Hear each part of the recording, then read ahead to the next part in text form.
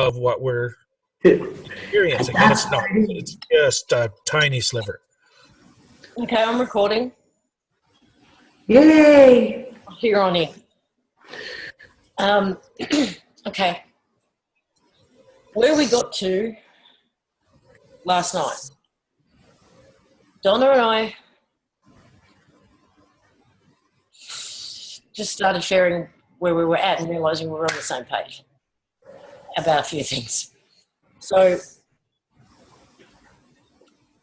looking at these doings that we've been doing and how the number 4 has been showing up over and over again, 4 aspects of these deities, 4 fractals of them. You know, you've got these deities with 4 arms, 4 eyes, 4 faces, 4 this, 4 that. And beings are showing up for people in groups of 4. And they're showing up in a way that fits in with their belief structures, their stories. You know, whether it's for wizards or for beings or for whales, yeah. Right? And it's all very conveniently fits very beautifully into people's narratives. And what we got was that this was all a distraction, total distraction. So, and almost like you take one out and 4 more replace it, and that, if any of this psyoping that's been going on has been giving any real intel, it was that we've got one more thing up our sleeve, and that would be just having us literally chasing our tails, chasing our tails, chasing our tails, and chasing. There's one more. We've got one more. Oh, there's another one. There's another one that's appeared in Tibet, and there's another one that's appeared in. Well, we haven't hit. We've been there before, have we not, Dee? Yeah, we've been there before. Just one more thing to. Yeah, we've been there. Just one more thing that has to be done. And looking at where we were before Lulu showed up. Now, in the weeks, for me, the weeks 2 or 3 weeks before that, I guess, I don't know, maybe more. When my mojo came back on, whatever that was, right? That was just an incredible period. And it was just one thing, literally every day, synchronistic events happening. I was expanding, all sorts of shit was going on. And I felt so close. And we felt like we were all so close to this whole thing being done. And I know Donna was too. And her whole focus was on getting home, wherever that was, whatever that looked like. And yet since then, I mean, what Lulu did, and obviously it's been psyoped at some point, and we may never know at which point. It might have been just before the obvious, or it might have been a long time before the obvious. But what she did was give us a collective vision. A reference point? Yeah. And to me, that was incredibly powerful. Right? Because everybody says we're done, we want out, we want this whole thing gone, but no one really knew what that looked like. No one knows what's on the other side of that, all of that. So just to give so many people the same vision and the same focal point, exactly. Because as Darius reminded us of very, very well last night, energy goes where attention flows, right? Or whatever, however that fucking phrase works. And energy flows where attention goes. Something like that. And we were all, well, at least Donna and I were so focused on going home, getting out of here. And then I think it has felt over the last week that we've been getting further and further away from that, not closer. Every time there is one of the doings, right? So, and then, of course, whatever happened to me this morning, which was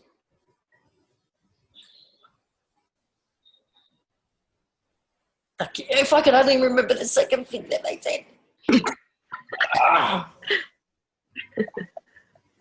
So what is it? Mind wipe, yeah. Maybe after we finish recording this, you should just go back to bed. Have a little nap and say, we're going to go on rewind, click. Okay, start over. But the ouch thing was funny. So So you're going to have to now explain it because you've explained it to us prior to recording. So you may want to just explain that because that's going to be a big, what the fuck, everyone. So, all right, I woke up, went back into that state of, I wasn't asleep, I wasn't awake, I was in the in-between state. And I know enough that I knew what I was thinking about. But the words were, we need to wake up, not walk out. We need to wake up, not walk out. Wake up, not walk out. That's what was going through my head. And I heard the words inside my head and it just went, ouch. And at first I thought, is that Oliver? And then it's not like I heard it again as if it was said again. It was as if it replayed in my head. And it wasn't Oliver. Almost feminine.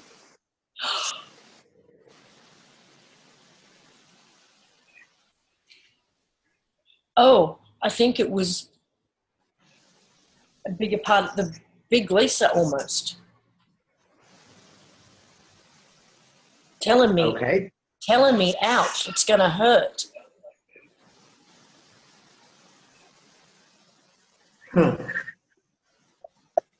Some more definition in there would be nice. That definitely connects with that experience I was sharing with you as well.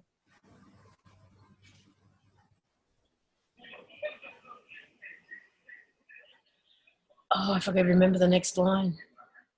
Because I woke up a little bit out of that as soon as I heard ouch. And then I put myself back in there. And there was another line which consisted of more. It was a line. It wasn't just one single word. It was multiple words.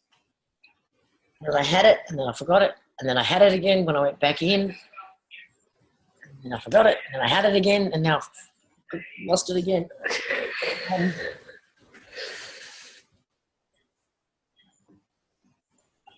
I hate those fucking dreams. I hate those fucking moments. Okay, so let's not tell you the story about what she's talking about, the ouchie. Because this was before Lulu, all right? Dani, are you muted? She's muted. I was talking to my son. Oh, okay. Can you tell Dee the story? Yeah, Okay.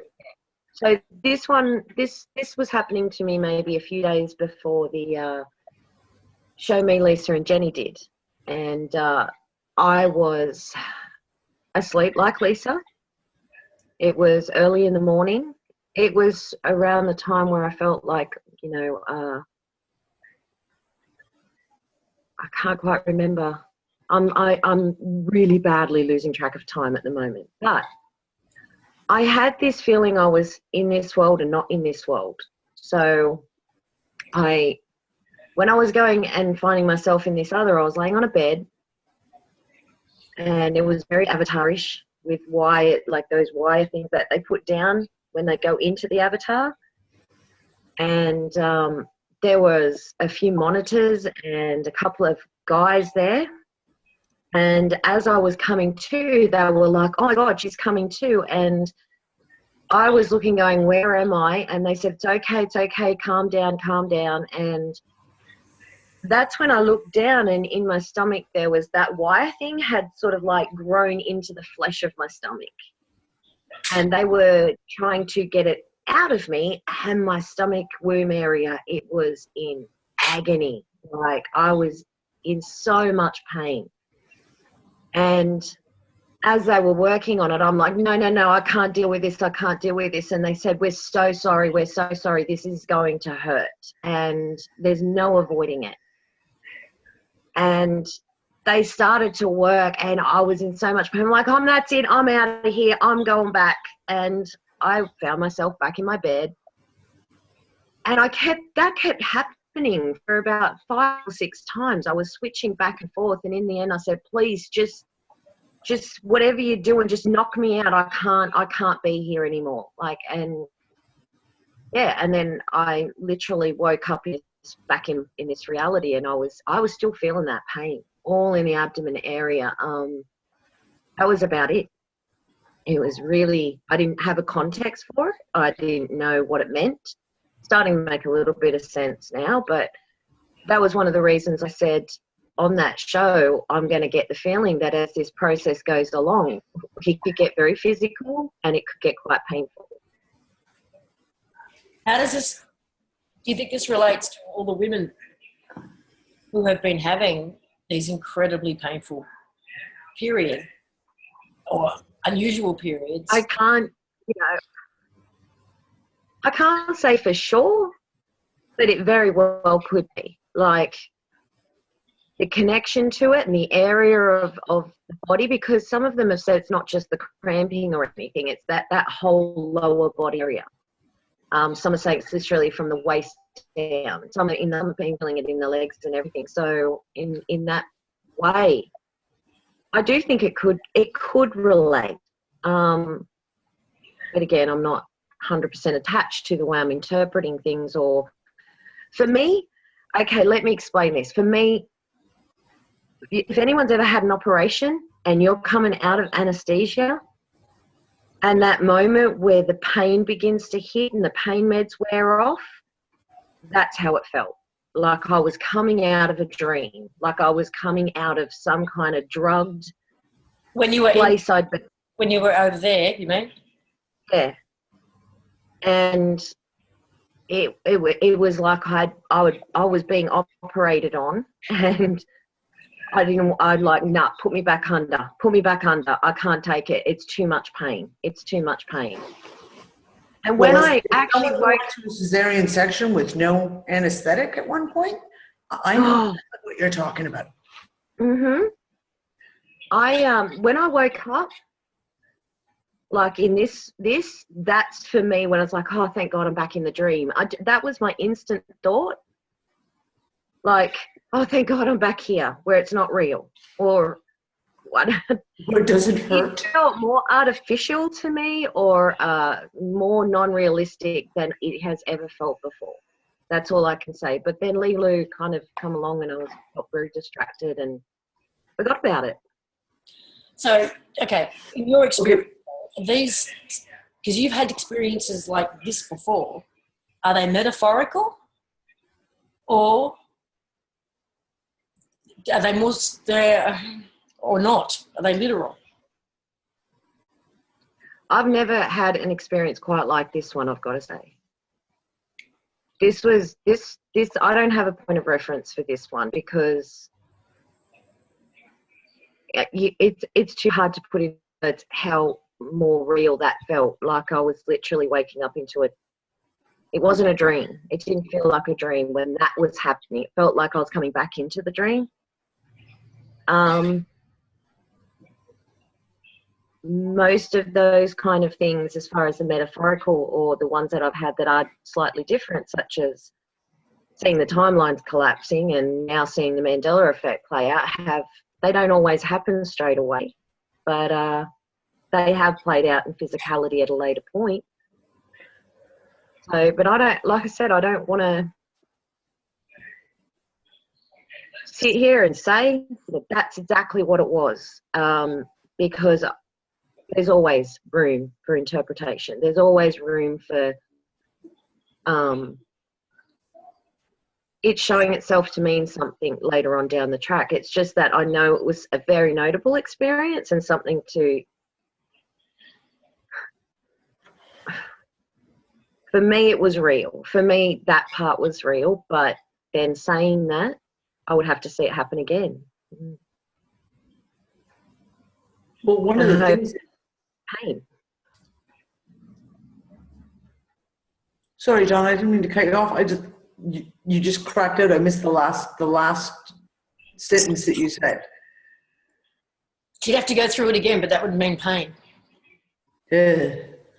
Well, but the one conversation that's coming up in the Unfuckers right now, continuously, is about pain. Headaches, neck, shoulders, back. joints, like, so like you said, like, so not just like, menstrual cramps or things like that, but the hips, the lower back, the thighs, the legs, knees, etc. That's been a main piece of conversation that's been ongoing for a couple of months now. It's like, just like, what the hell is this pain? Like, I have no reason. And pains that mysteriously appear and then disappear. So it's not like an injury where you've thrown your shoulder out and it's just always there. Like, it's there, and then the next day you wake up and it's the other shoulder all of a sudden. Or it's your knees. What if, I mean, we've been saying for ages the Matrix movie was a documentary, right? What if, even more so than we've thought before,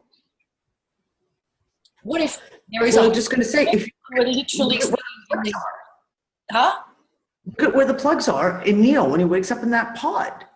All down his spine, all in his arms, down his legs, in the back of his head. And right now, I can see this. I know it's as crazy as it sounds, but I can actually envision that there's a whole group of us lying in these virtual reality beds. Right? Well, just like you can now, you can put on a helmet and the glasses. We laid down in these beds and we were going to go and play a game together. And something happened to the game. There was a glitch. There was a fucking Windows 10 version that no one likes.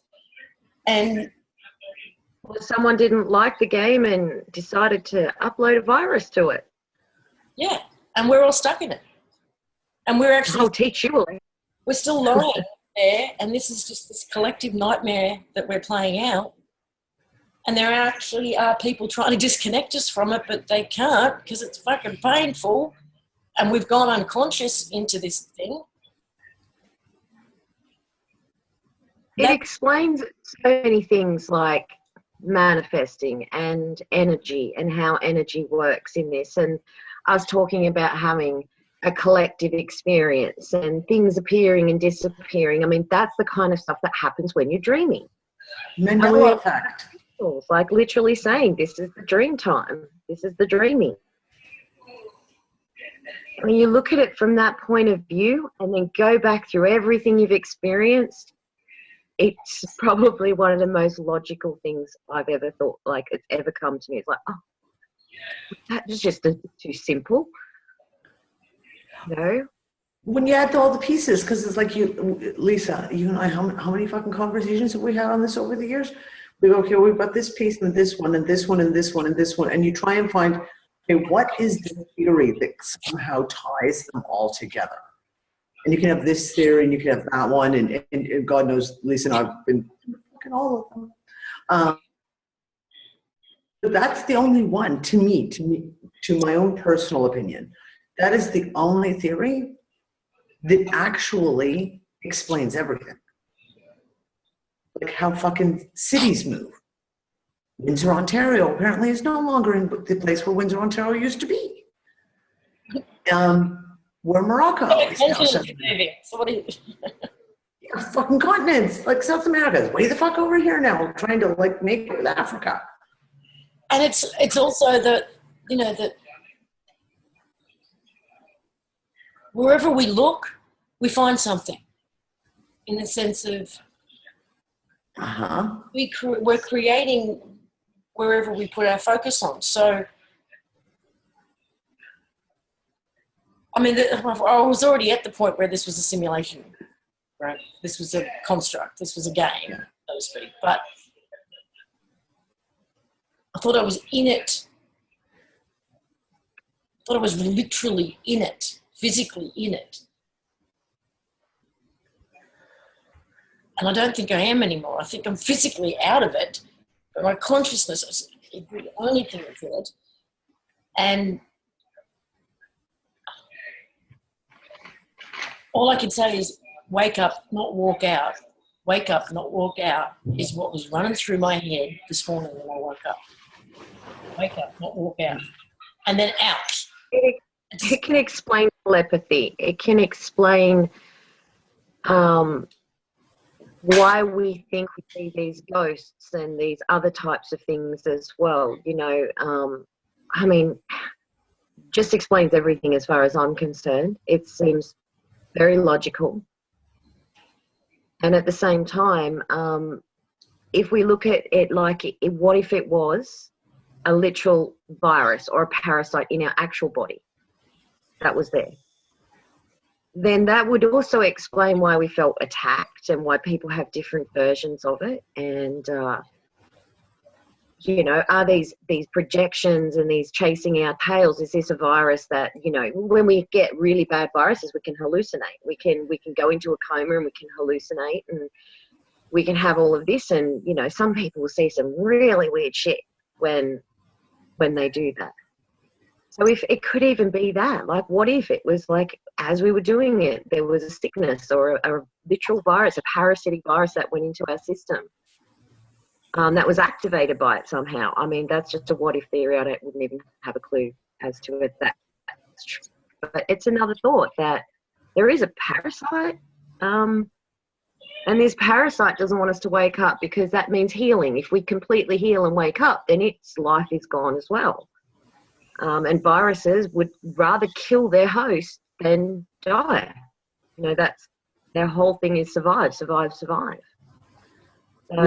there's that aspect as well to consider. Or we could just be having a nightmare. Well, I mean, the aspect when it gets a nightmare, yeah. The whole concept of programmers, right? And we said, okay, let's hypothesize that we are somewhere lying in one of these some kind of a virtual reality bed, pod, whatever. It may not have been like, you know, the idea of like a virus downloaded into the program. It could be someone literally controlling the program. I.e., these are some of these interferences that we even see. The distractions that, like we've talked about, this last 3 weeks has been insane with distractions. So it's like, oh wait, they're getting close. Oh, okay, so let's load in the next distraction, and it's like this next piece loads into the distraction. And I honestly, after talking to you guys this morning, my morning, your last night, is that what the whole Mandela effect was about? Is that what the whole Mandela effect was about? Was not that it was a breaking down of the matrix, is that they were loading fucking huge distractions in to keep us focused on what's the next Mandela effect? What's the next one going to happen?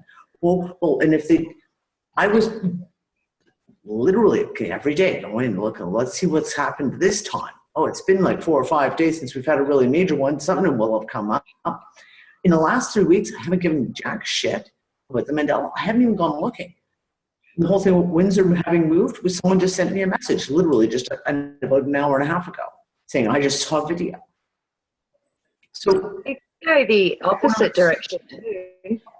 I'm not feeling that. I'm not feeling the Mandela. I'm feeling more like, you know, when you begin to wake up from a dream, and that's when you start realizing, hey, there's some really weird stuff. When you write in a dream, you're like, it's so real to you and you're so invested in it. You can wake up literally crying from some of these dreams. Is the Mandela effect more of we're starting to wake up, and as we're beginning to wake up in wherever we are, the dream shifting to let us know? Or is it like what you said last night, Dee? Did they like go, we really need to get these guys awake and just dial that shit right up so that this weird stuff is happening everywhere? So we go, oh, wait a minute, this reality is not quite as real as I thought it was. Because when you're in a dream, your bus turns into a car, turns into a plane, turns into a motorbike, and then next thing you're on a boat and it's pink flowers. And you don't even blink. It's just it's normal in the dream. But then you wake up and you go, wait a minute, that was like way too much. This feels so right. There's problems. It honestly feels so right to me that if we had enough people just screaming at themselves to wake up, that we might. Maybe is that what we've been doing? Is this real, like this theme of wake up world, wake up sheeples? Is it literally about waking up to the fuckery, or are we subconsciously been trying to trigger each other to literally wake up because we haven't woken up? we haven't woken up to the fact we're in a fucking dream. Yeah. And we're screaming at each other, wake up, is, you know, even that fits, which is quite ironic. Everyone repeat after me. I'm done with this fuckery. Everyone just wake up. What do you think, John? Well, the idea of everybody screaming, wake up, you have to let go of the dream. There's been some dreams I've had where I don't want to wake up.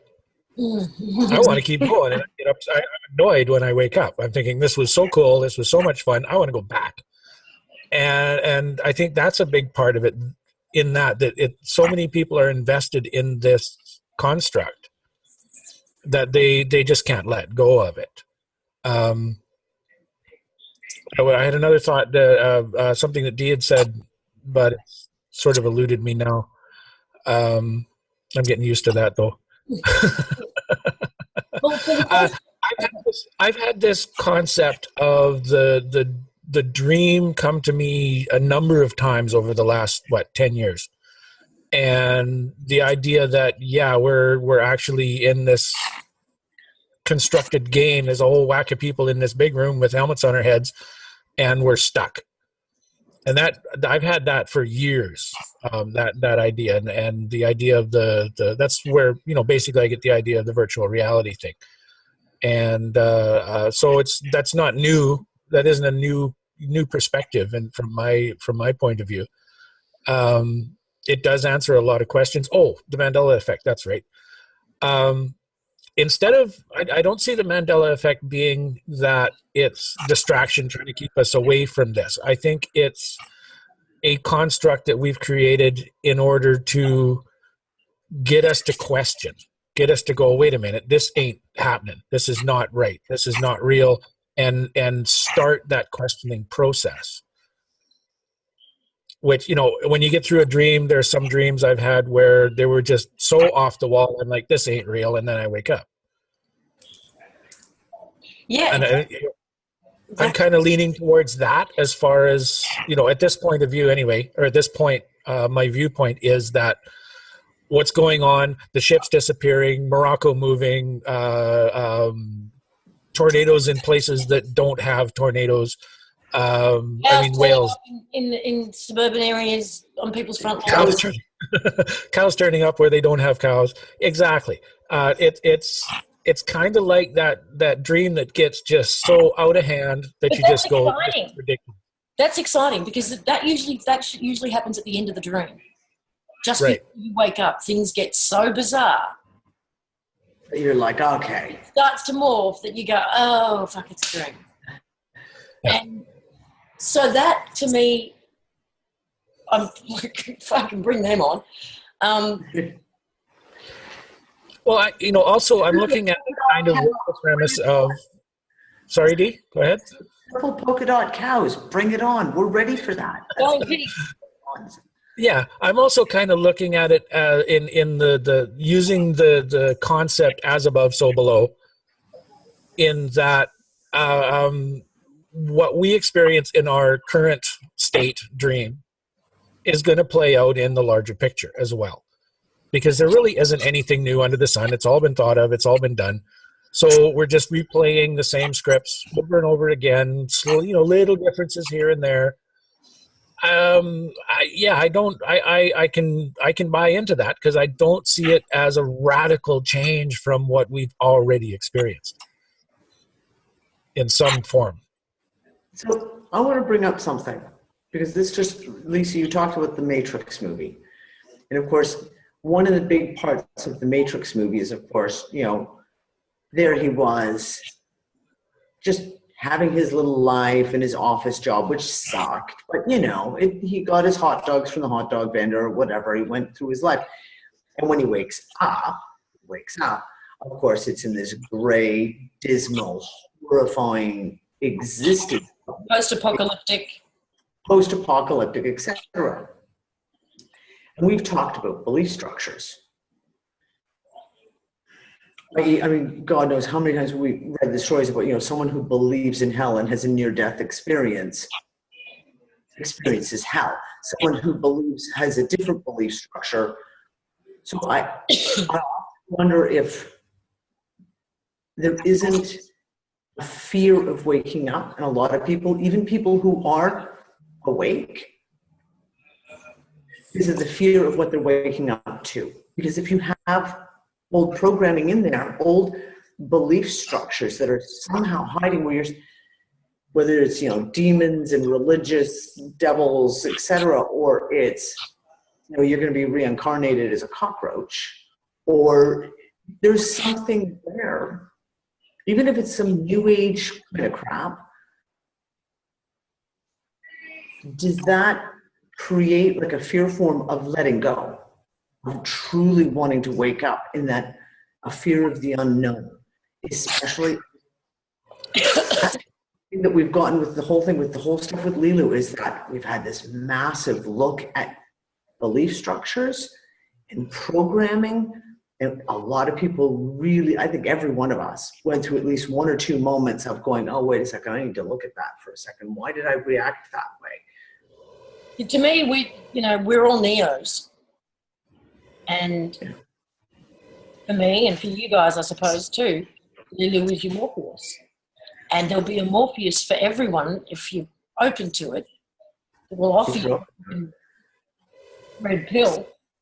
I even thought about visualizing, when I'm in that state just between awake and sleep, of taking the red pill. Like this will wake me up. Maybe we just need something symbolic. The pills that gets offered to him are symbolic. Yeah. They're not happening to Neo in the tub. They're happening to the Neo in the game. Exactly. So it's a metaphoric that wakes him up. Yeah, the red pill was described in the movie as simply a trace program so they could find him. Yeah.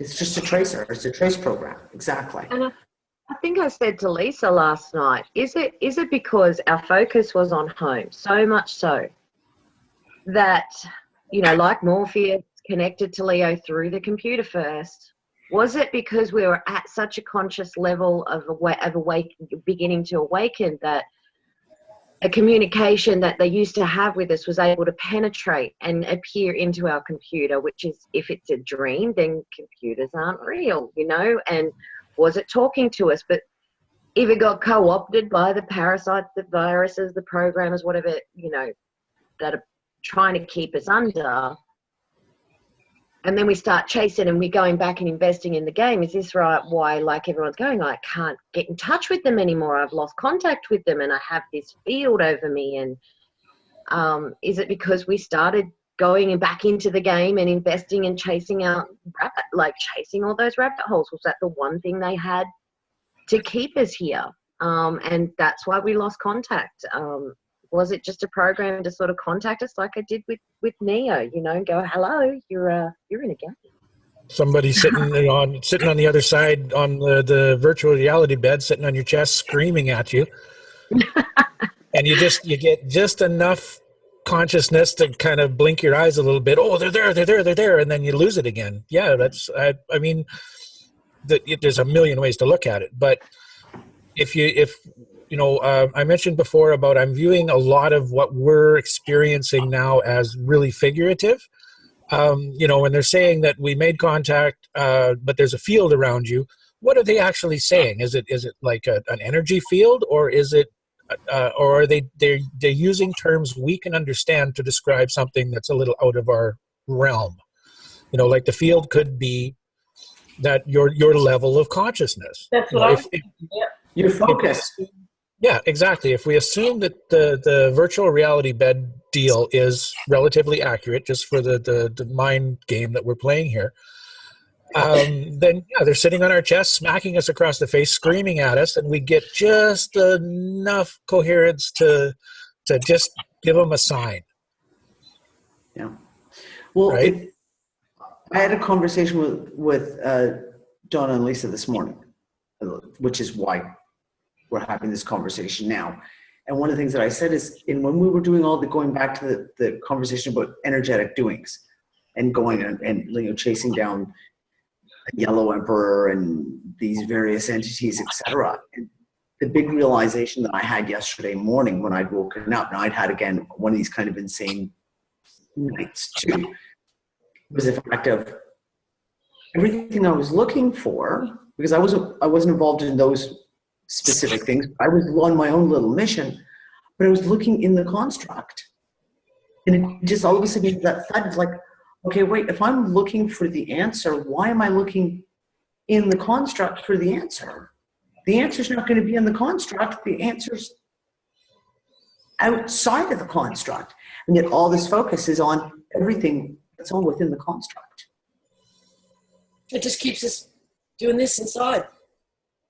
Yep. Yep. Focusing, what did you say?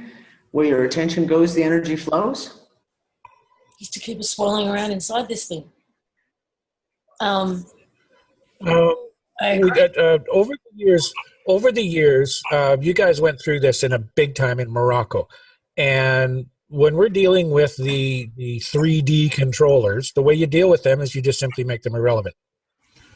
You don't fight them. You don't struggle with them. They don't matter. I'm doing my own thing. I'll beg for forgiveness rather than ask permission. What if that is the same thing that we need to do here? Just make the construct irrelevant, so it doesn't matter anymore. Let go of our attachment to it. Well, that's absolutely. I think that was what Darius was pointing to and reminding us. And I mean, I was, having the same is just shift your focus to where you want to be. Go home. I want to go home. Just stay focused on that and not engage with all the storylines that are being presented. Having said that, was fantastic doing these doings, because for me it was a lot of confirmation, and my last piece that yes, this is illusionary, and seeing these four constantly appearing over and over again was when I started going, and one of them was seeing fake overlays of these individuals all the time, and for me. Okay, so even though I had the feeling we were going home, I was like, Lisa, I was seeing myself walk out. When I had that thing with the stomach, I was like, nah, this is too painful, put me back in. When I did this process with the doings, I think the one thing I took out of it was really being able to finally embrace that it didn't matter what we did, they were going to keep playing this, and it was going to be endless, and I needed to see that. So it wasn't a waste of time for me, but it would be a complete waste of time to continue now going down that path and continuing to do something I've now seen as, oh, so that's how you do it. I suspected it, but that's my proof, that's my evidence, and I needed that. Some people didn't need that. Some people probably already got this, but some of us haven't, and some of us needed to do that. And some people may continue to need to still do that until, the friggin' world and the dream gets so crazy they go, oh, I get it now too. Yeah.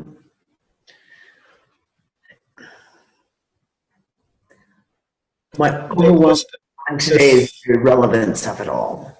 Yeah, there's just so many ways you can approach this.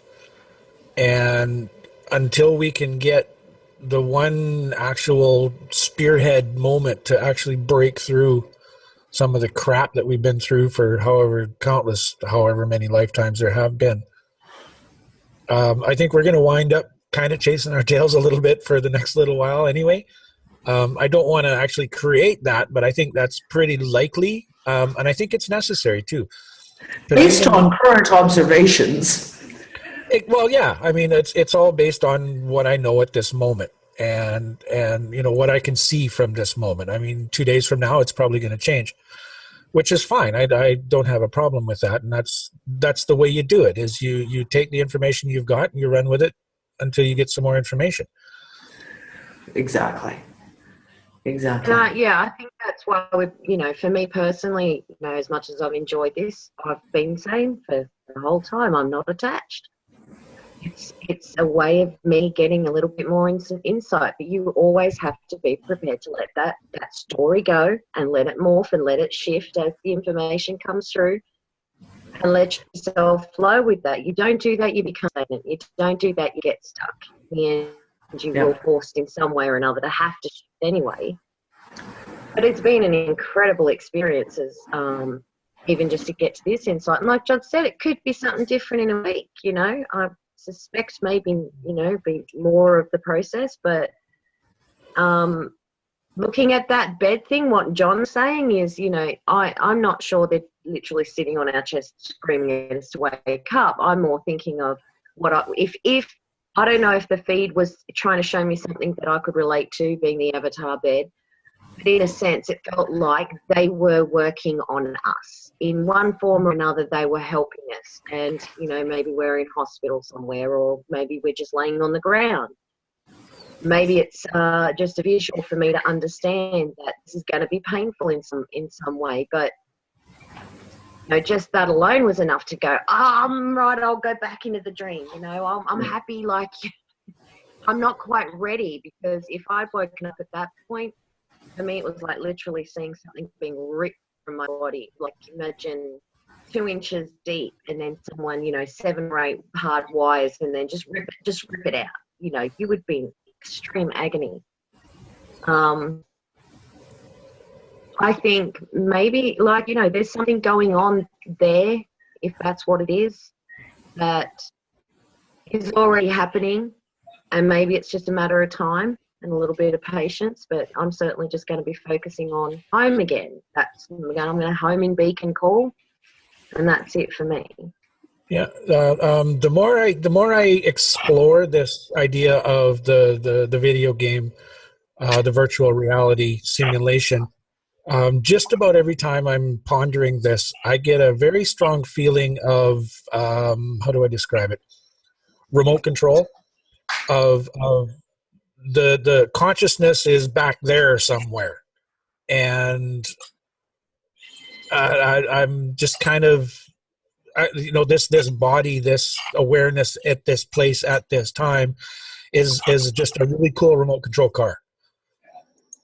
And I can almost, it's so vague, it's actually, it's really vague, but it's also really concrete that there is a distance, there is a space between consciousness and what I'm experiencing here. You had a dream. I mean, I've had, for the first time in my life over the last few weeks, inception experiences, dreams within dreams within dreams, where I'm waking up 2-3 times. And John, you had a dream not that long ago where you were somewhere else that looked beautiful, that looked like the description of home, talking to people, you were having great conversations, and then they asked if you wanted to stay or you want to come home now or whatever. So what if, and this is what I'm feeling and seeing, is that not only are they, you know, medically, physically trying to work on our bodies, but they've also got a bunch of people around who are trying to connect with us telepathically and consciously, trying to tap in. Is that what that's kind of like, or why I use the example of some guy sitting on your chest, smacking you, screaming at you. Because it sort of ties all that together. It creates that visual of they're working on any possibility, anything they can do to make this happen. Yeah.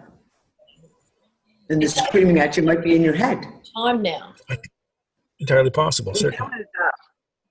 There was a woman in the UU room last night that literally said she, at some point, saw herself, and then she saw multiple versions of herself in the room, like not just 1 or 2, but like 6 or 7. And she was like, oh, holy crap. You know, what is going on there? So are these mergers, or are these, again, these glitches that are happening in our own dreaming that are like, wake up. You're not where you think you are. That was pretty extreme, and that's just been accelerating more and more and more since we did that show. And the pain aspect, another thing. So yeah, I feel, I'm like you, Lisa. This feels me. I don't know why, but I think it's about staying in observer mode. I think that's, like I said, one of the best lessons we got out of all of this is how to observe and stay in a place where you're open to everything that's coming in and let it flow and just observe everything as it takes place.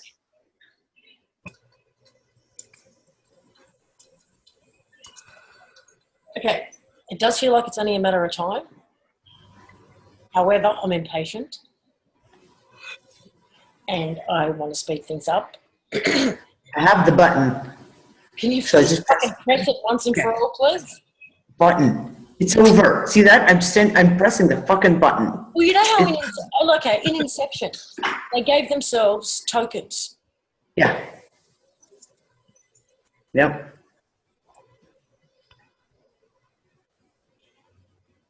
I wonder. Yeah, there's been a number of movies where they're dealing with dreams and lucid dreaming, and in order to wake up, you rub your ear or you say this word, or there's always been some trigger.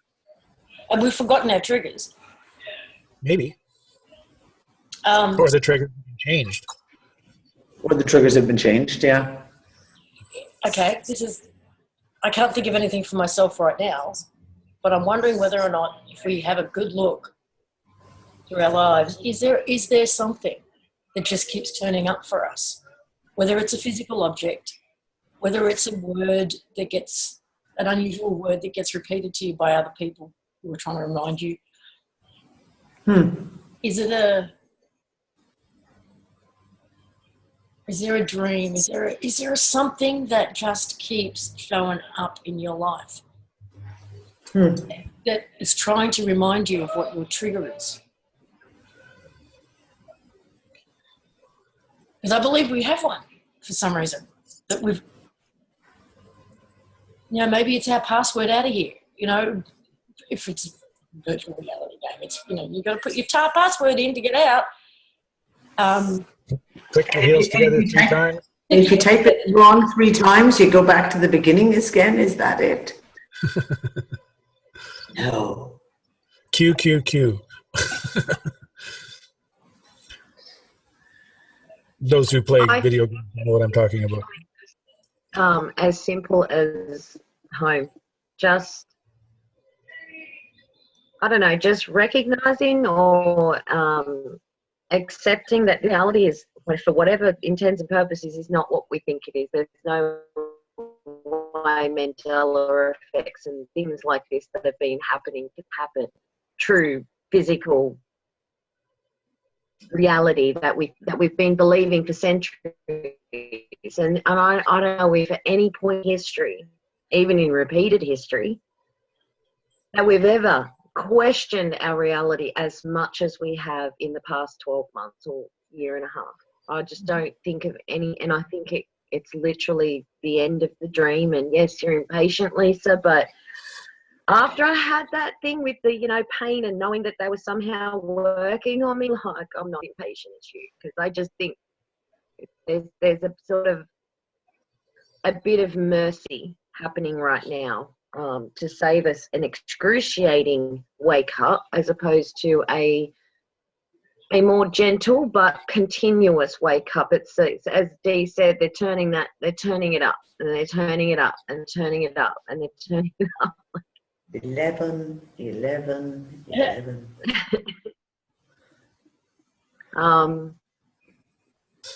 I'm ready to go, but I don't fucking care about the pain. I know, I'm actually there too. I don't give a fuck. I will go through whatever I have to go through. I'll rip the Band-Aids off all by myself. No. I would have the same thing Until if I hadn't had that experience. Like, we're not talking a little bit of pain. We're talking... I get it. You guys are nuts. No. No. But, okay. That's how much I don't fucking care anymore. When you said try to make it gentle... C-section without Andy. Sorry, Lisa. When you say gentle and a bit of mercy, are you talking on our physical bodies or our mental, emotional bodies? Because Even if we I'm talking about our bodies back there. Well, assuming that there are physical bodies back there. Yeah, assuming that there even is a physical body back there. So I'm not even completely sold on that one yet. So. Well, would there have experienced that much pain if there wasn't? We talk about dreams give us an information that we don't necessarily that our conscious can accept, that we may not have the words for or the experience of, and maybe, like, again, metaphor. You got physical pain because you wouldn't get what they were trying to tell you.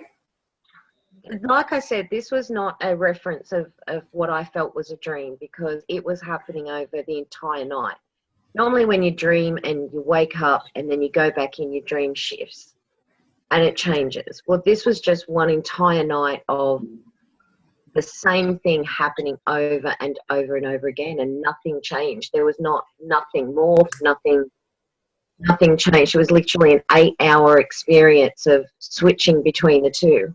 And so you didn't feel like the only other way into a dream. You felt like you were literally going into, like, it was two different states of consciousness. I felt like I was like waking up there and recognizing for the first time this was me dreaming. This was me in some type of a coma. And it's the only way I can relate to it, way of when you've had an operation and you're waking up from anesthetic and you're going, oh shit, this fucking hurts. It was. I'm getting the feeling that we shouldn't have drank the Kool-Aid over there.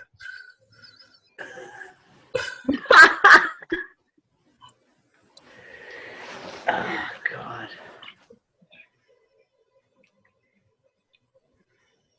I'm just trying to figure out what my trigger is right now. Apart from...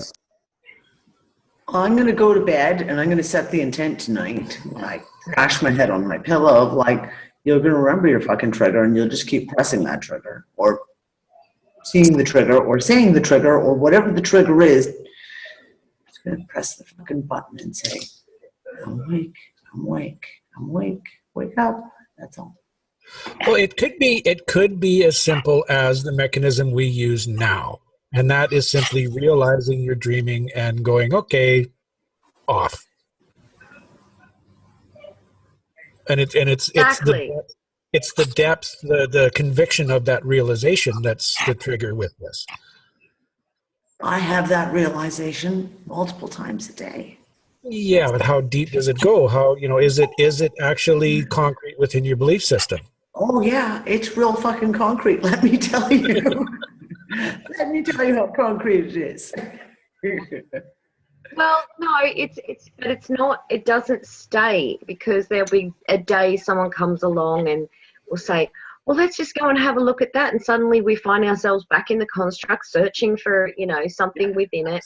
We're like literally getting, it's for me, that 3 months I spent literally having disconnected from every storyline, looking around, just going, it's not real, was when I had that dream. Well, not a dream, when I had that experience. So I think it's consistent being so mentally strong as to not buy into the next storyline that could tempt us beyond anything to just like, let's go chase this little rabbit down the hole and find ourselves in Alice in Wonderland once again. It's literally a consistency to be there, because it took 2 or 3 months of this in this reality to even get to that experience, to the point where I thought I was actually waking up, and not recognizing it as waking up until now, but 3 months of disconnection. I didn't buy into anything, like nothing.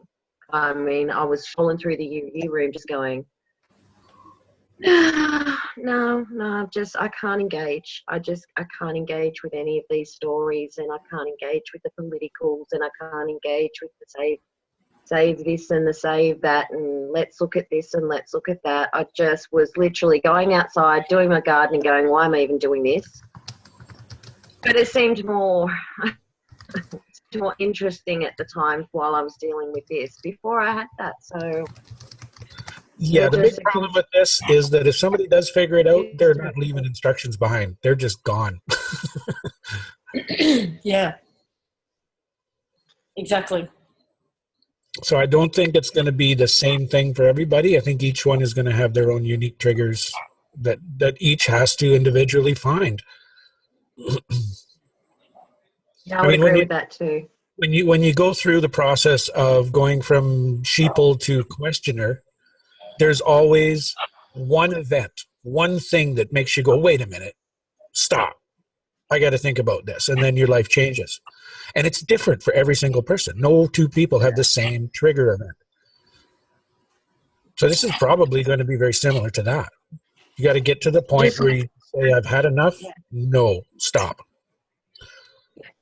No two people had the same token in that inception. Yep. All I can say is if any of you guys wake up before me, can you just fucking slap me? Pull that shit out. I don't care what you have to do or how painful it is. Just get me out. Ditto, darling. So whichever of us gets out first, just bitch slap the other one until they wake up. Yeah.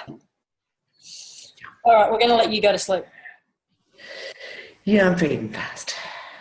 Okay. I have to go get Eli ready for school. Yeah. Thanks for the chat. Well, you guys have a good day. I'll talk to you tomorrow. Have a good sleep with the